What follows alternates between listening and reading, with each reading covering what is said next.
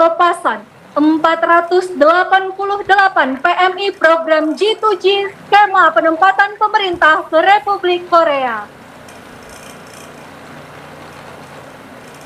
Baiklah Bapak Ibu dan hadirin sekalian, untuk lebih meningkatkan lagi semangat pada siang hari ini, marilah kita saksikan bersama penampilan dari PMI G2G Korea Selatan. Selamat menyaksikan.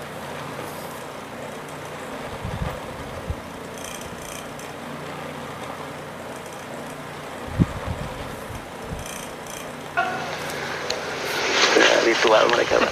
Tidak banggaan biasa ya. Insasu. Saya itu melepas mereka itu seperti kita melepas. Merah darah. Air mata. Itu bendera kita. Majulah, ayo maju ke Korea, membangun nusa bangsa. Nusa bangsa. Ingatlah selalu doa restu bertemu. Ikhlas dan sadar. Jujurlah selalu nama alma mater P2M tetap jaya. PMI Korea pahlawannya bisa terus maju. Terus maju. Terus maju. Umat P2MI alma mater tercinta.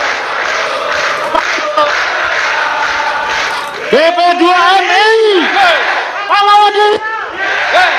PMI Korea. Terima kasih BP2MI. Terima kasih Pak Jokowi. Terima kasih. Terima kasih Pak Jokowi. Terima kasih Pak Jokowi. Terima kasih Pak Jokowi. Terima kasih.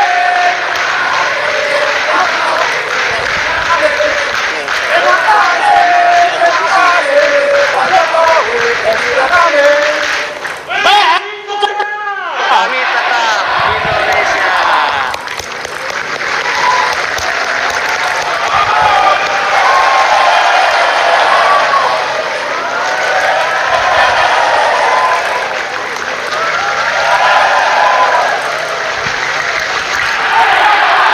Mari kita beri apresiasi yang luar biasa bagi teman-teman PMI kita hari ini.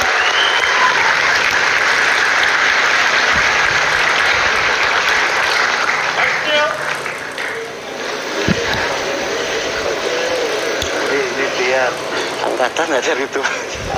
Bapak dan Ibu hadirin sekalian, untuk kelancaran acara hari ini dan dengan memohon rahmat Tuhan Yang Maha Esa, marilah kita memanjatkan doa yang dipimpin oleh PMI.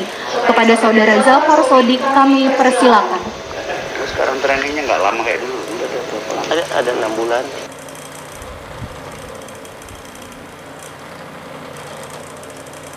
Assalamualaikum warahmatullahi wabarakatuh. Alhamdulillahirabbil alamin wassalatu wassalamu ala asrofil anbiya'i wal mursalin wa ala alihi wa sahbihi ajma'in. Amma ba'du. Bapak, Ibu pejabat negara yang kami hormati, dalam hal ini Wakil Ketua DPR RI, Deputi Bidang Koordinasi Politik Luar Negeri, Kemenpolhukam, Direktur Jenderal Pengembangan Ekspor Nasional Kementerian Perdagangan, Kepala PP2MI beserta jajarannya, serta hadirin yang kami muliakan. Marilah bersama-sama kita panjatkan doa kepada Tuhan Yang Maha Esa dengan penuh harapan dan kerendahan hati. Semoga apa yang kita harapkan dikabulkan oleh Allah Subhanahu wa taala. A'udzubillahi minasyaitonirrajim. Bismillahirrahmanirrahim. Allahumma shalli ala sayyidina Muhammad wa ala ali Muhammad. Alhamdulillahirabbil alamin.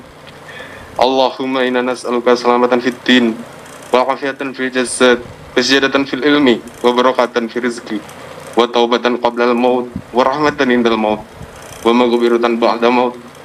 Allahumma hawin alaina fi sakaratil maut wa najata minan nari wal afain lisab. Ya Allah, ya Tuhan kami, sesungguhnya kami memohon kepadamu keselamatan, kesehatan, keberkahan rizki dan kemudahan dalam segala urusan kami. Hindarkanlah kami dari malapetaka dan bencana. Sesungguhnya Engkau Maha Kuasa atas segala sesuatu.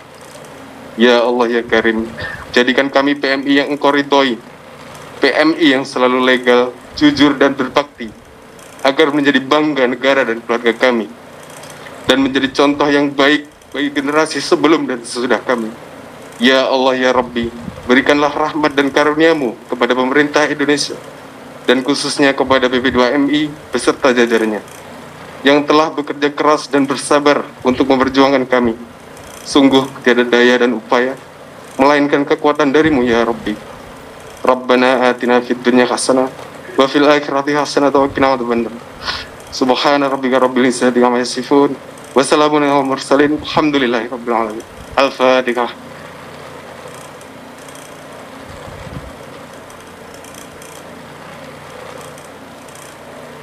Wassalamualaikum warahmatullahi wabarakatuh.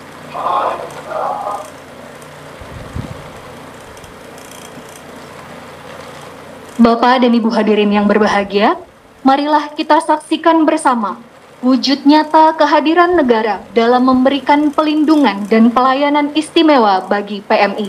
Selamat menyaksikan.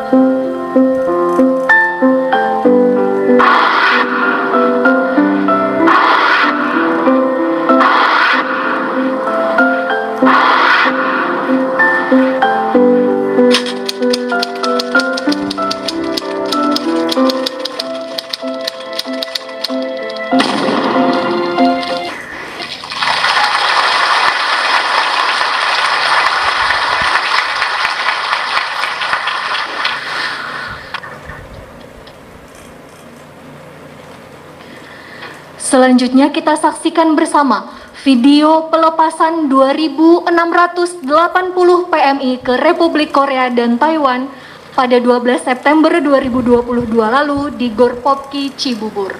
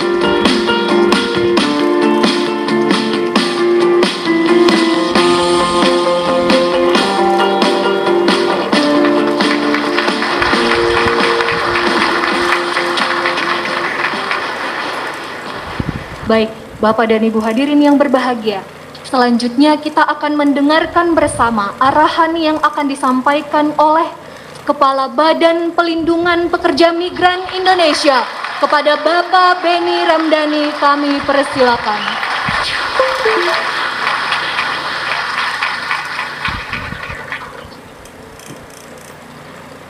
Assalamualaikum warahmatullahi wabarakatuh. Salam sejahtera untuk semua. Om Swastiastu, Namo Buddhaya, salam kebajikan. Salam sehat untuk kita semua. Satu kebanggaan saudara-saudara hari ini tentu di luar dugaan kita semua. Bahkan saya juga tidak percaya jika orang penting di Republik ini, orang yang sangat lama saya kenal, bahkan di era pergerakan sebelum menjadi orang terkenal di negara ini. Dulu dikenal sebagai aktivis muda, semangatnya revolusioner, progresif, dan hari ini hadir bersama kita Wakil Ketua DPR RI Bapak Abdul Muhaimin Iskandar. Saya ingin tepuk tangannya yang gemuruh, ya, lebih kuat lagi, lebih kuat lagi, lebih kuat lagi. Jujur saya speechless sebetulnya untuk bicara di hadapan beliau. Saya tidak mengenal, hanya sekedar saat saya menjadi Ketua Pergerakan Mahasiswa Islam Indonesia cabang Manado 2 periode saat itu, dan Pak Muhaimin adalah Ketua PB PMII. Tapi dari beliau saya banyak belajar tentang politik, dari beliau saya banyak belajar tentang empati dan peduli kepada orang-orang tertindas, rakyat kecil, dan dari beliau saya mendapatkan ilmu pengetahuan dan juga keberpihakan kepada rakyat Indonesia. Tepuk tangan kembali untuk beliau.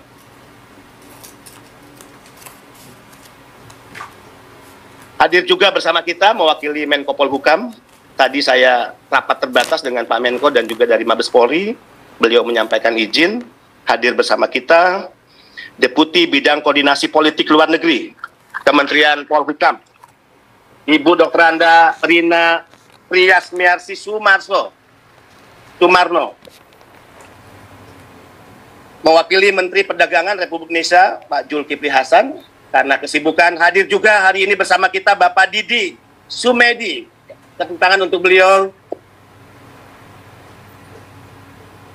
Pak Muhaimin Iskandar, populer lebih dikenal dengan panggilan Caimin atau Gus Ami, hadir bersama kita. Kebetulan Pak Muhaimin Iskandar selain sebagai Wakil Ketua DPR RI, beliau juga adalah koordinator yang membidangi salah satunya Ketenagakerjaan Republik Indonesia. Tepat beliau hadir di tengah-tengah kita semua. Pak Muhaimin, saya ingin laporkan bahwa perubahan besar sedang kita kerjakan. Transformasi sedang berjalan. Tata kelola penempatan dan pelindungan kita benahi hari ini. Dulu setiap orang yang akan berangkat ke luar negeri ditampung di wisma-wisma yang publik tidak pernah mengenal wisma apa namanya. Diberangkatkan bahkan secara diam-diam.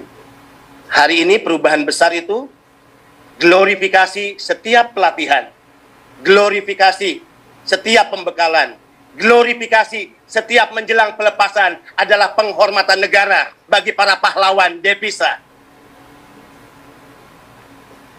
Penghormatan negara ini layak kalian terima. Penghormatan negara ini layak dilakukan oleh negara. Saya sering mengatakan, negara ini berhutang besar kepada para pekerja migran Indonesia.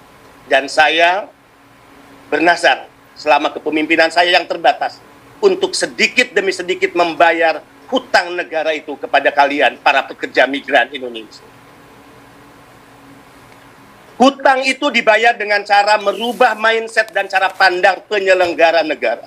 Merubah mindset cara pandang publik yang dulu saat menyebut TKI atau PMI, seolah-olah mereka dianggap sebagai pekerja rendahan. Seolah-olah kalian adalah orang-orang yang bermasalah bagi negara ini. Saya katakan tidak. Potret yang ditampilkan oleh berbagai media, yang ditonton di televisi, yang dibaca di koran-koran, adalah potret yang justru terjadi di benua lain, yaitu yang dialami oleh saudara-saudara kita, korban penempatan sindikat ilegal penempatan pekerja migran Indonesia. Tapi mereka yang bekerja secara resmi, kalian, negara, dan dunia luar harus tahu, kalian orang-orang hebat, orang-orang terdidik, mengikuti pelatihan, memiliki kompetensi, keahlian, keterampilan, kemampuan berbahasa, sehingga kalian menurut kami BP2MI adalah duta-duta negara yang layak mendapatkan perlakuan hormat negara seperti. Beberapa anggota DPR pernah hadir di tempat ini. Menko bahkan Pak Erlangga hadir di tempat ini. Menteri BUMN hadir. Saya ingin suatu saat Presiden Republik Indonesia bisa hadir di tengah-tengah kalian. Acara glorifikasi seperti ini live FB disiarkan dan semua orang bisa melihat dan menyaksikan langsung sebuah prosesi sakral bagaimana negara memberikan perlakuan hormat kepada kalian para pahlawan devisa. Pak Muhaimin, ingin saya laporkan sumbangan devisa mereka setiap tahun 159,6 triliun disumbangkan oleh para pekerja migran Indonesia. Sumbangan devisa terbesar kedua kepada negara ini setelah sektor migas, dan sektor pariwisata hanya menempati penyumbang devisa terbesar ketiga. Sehingga sebagai pahlawan perintah Presiden, saya katakan, apa yang dilakukan BP2MI bukanlah semata keinginan seorang kepala badan. Pertama, pasti karena mandat konstitusi. Kedua, pasti karena saya pembantu Presiden atas perintah Presiden. Dan ketiga, tentu atas arahan Ibu kita, Menteri Ketenagakerjaan Republik Indonesia, Ibu Ida Fauziah, yang selama ini sering mengarahkan saya, memandu saya, dan bahkan juga kebijakan-kebijakan yang dilakukan oleh BP2MI tidak lepas dari koordinasi dengan Kementerian Ketenagakerjaan Republik Indonesia. Disiarkan live, dan bahkan setiap pelepasan seperti ini, orang tua dari anak-anak bangsa ini, Pak Muhaimin, menyaksikan langsung lewat Zoom dan virtual. Tepuk tangan untuk orang-orang tua kita, orang-orang tercinta kita. Saya ingin laporkan kepada Bapak Muhaimin Iskandar, per hari ini, sejak dibuka kembali penempatan, karena situasi pandemi sudah melandai, 1 Januari hingga September 2022, kita sudah menempatkan 113.614 pekerja migran Indonesia. Khusus Korea, termasuk yang hadir di tempat ini, sejak dibuka kembali penempatan Korea, berjumlah 7.748 pekerja migran Indonesia. Untuk sektor fishing dan juga manufaktur. Pak Muhaimin, sebagai pahlawan negara yang memiliki hutang besar kepada mereka, tidak hanya memperbaiki regulasi, tata kelola penempatan dan pelindungan, tapi berbagai fasilitas yang layak diterima oleh pahlawan disediakan atas perintah Presiden. Kalau dulu menjelang berangkat atau kembali tiba di tanah air, sering di antara mereka keleleran. Tidak ada petugas yang mereka bisa menanyakan informasi dan pelayanan. Hari ini, jika dulu di bandara-bandara. Lounge hanya dinikmati orang-orang penting di negara ini, orang-orang kaya. PMI memiliki lounge di Bandara Soekarno-Hatta. Lounge ini akan ditambah di tahun ini 5 bandara yang lainnya, Denpasar Bali, kemudian Kuala Namu Medan, Semarang, dan juga Juanda Surabaya. Lounge untuk pekerja migran Indonesia. Tempat rehat yang nyaman tentu, dan juga dengan fasilitas mewah, layak dinikmati oleh para pahlawan devisa. Tidak hanya lounge, jika tiba dari luar negeri, jika akan berangkat ke luar negeri, ada pihak yang selalu mendapatkan perlakuan spesial. Di saat masuk pemeriksaan imigrasi, di layar tertulis ofisial diplomatik, mereka adalah para diplomat, orang-orang penting di negara ini, anggota DPR, para menteri. Presiden perintah, PMI tidak boleh saat akan berangkat dan juga tiba dicampur dengan penumpang umum. Apalagi mereka harus mengalami situasi antri yang sangat panjang dan berdesak-desakan. Perintah Presiden, perintah Ibu Menteri Tenaga Kerja, selain loan, siapkan fast track dan jalur khusus untuk para pekerja migran Indonesia. Derajat pekerja migran sama dengan derajat ofisial diplomatik di negara ini.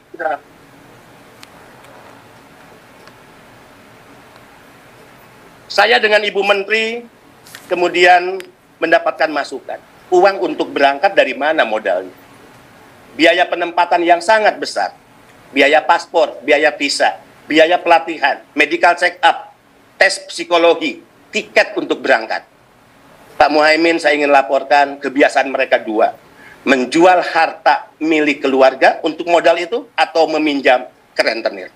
Akhirnya saya dengan Ibu Menteri memutus tapora para rentenir harus diakhiri dan negara menyiapkan pinjaman yang dibayar dengan bunga yang sangat rendah setiap bulannya. Sehingga saat launching saya katakan, say goodbye para rentenir, pesta pora kalian sudah berakhir. Inilah wujud kehadiran negara untuk para pahlawan devisa. Yang terakhir, Pak Muhaimin, saya minta diacungkan dong supaya Pak Muhaimin lihat kredensialnya. Yuk, rame-rame kredensialnya mana? Ya. Saudara-saudara di negara ini, 77 tahun Republik berdiri, sekali lagi.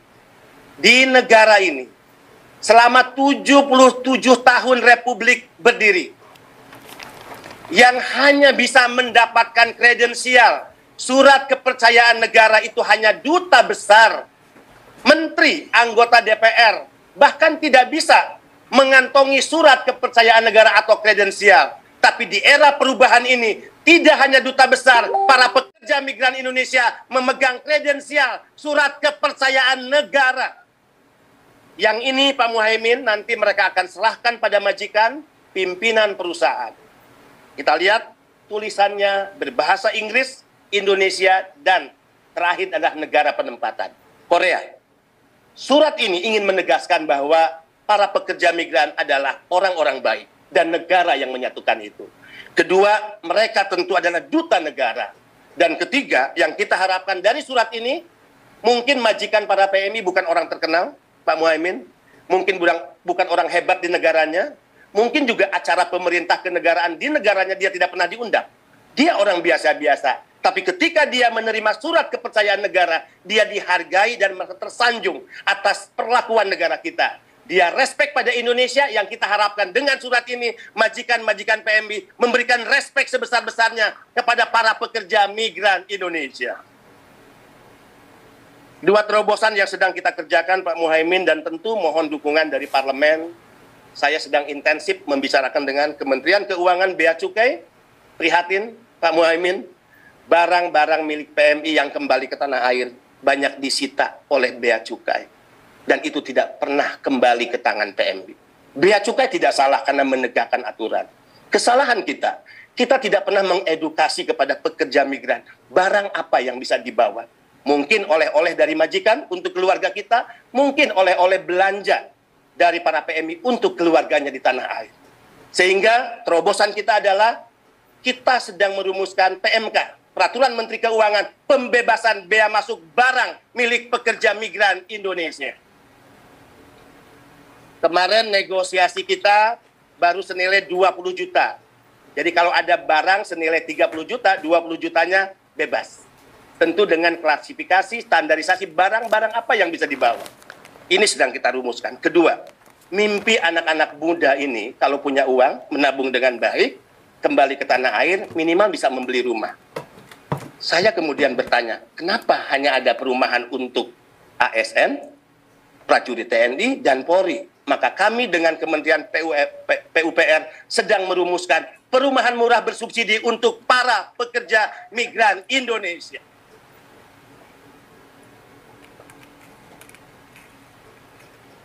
Tentu kita tidak ingin tata kelola yang sedang kita perbaiki, perubahan besar yang sedang kita kerjakan dirusak oleh mereka yang selama ini kita sebut sindikat penempatan ilegal yang terus-menerus menempatkan pekerja secara tidak resmi. Narasi kita lawan dengan narasi.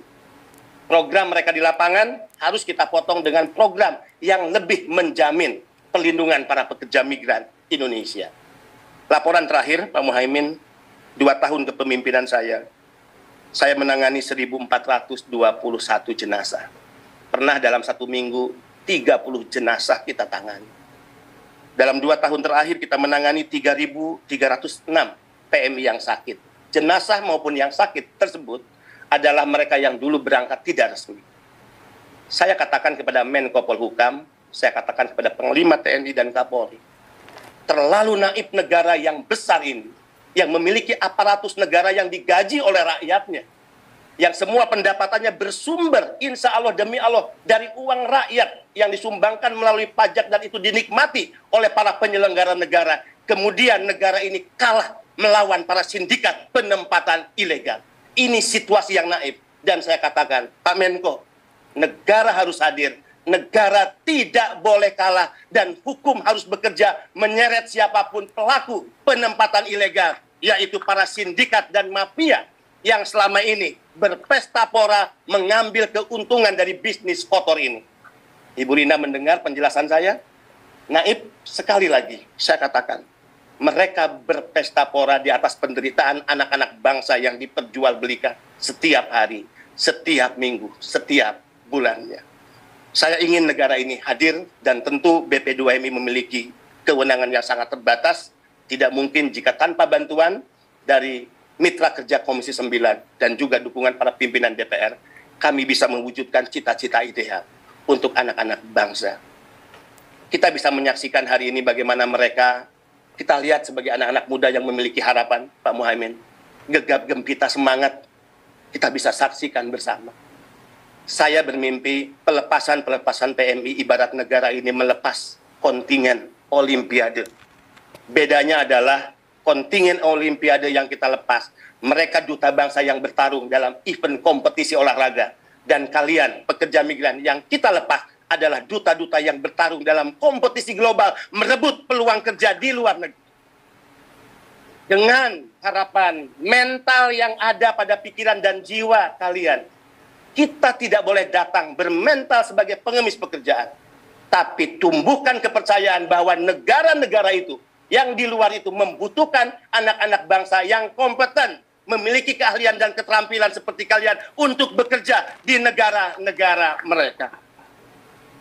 Terakhir, selamat hanya besok. Saran saya, berangkat dengan kepala tegak dan kembali dengan membusungkan dada. Itulah kalian, para pahlawan Devisa. Terima kasih. Walahul muwafiq ila aqwamit thariq. Wassalamualaikum warahmatullahi wabarakatuh. Waalaikumsalam warahmatullahi wabarakatuh. Kita beri apresiasi yang luar biasa kepada Bapak Beni Ramdhani atas arahan yang baru saja disampaikan.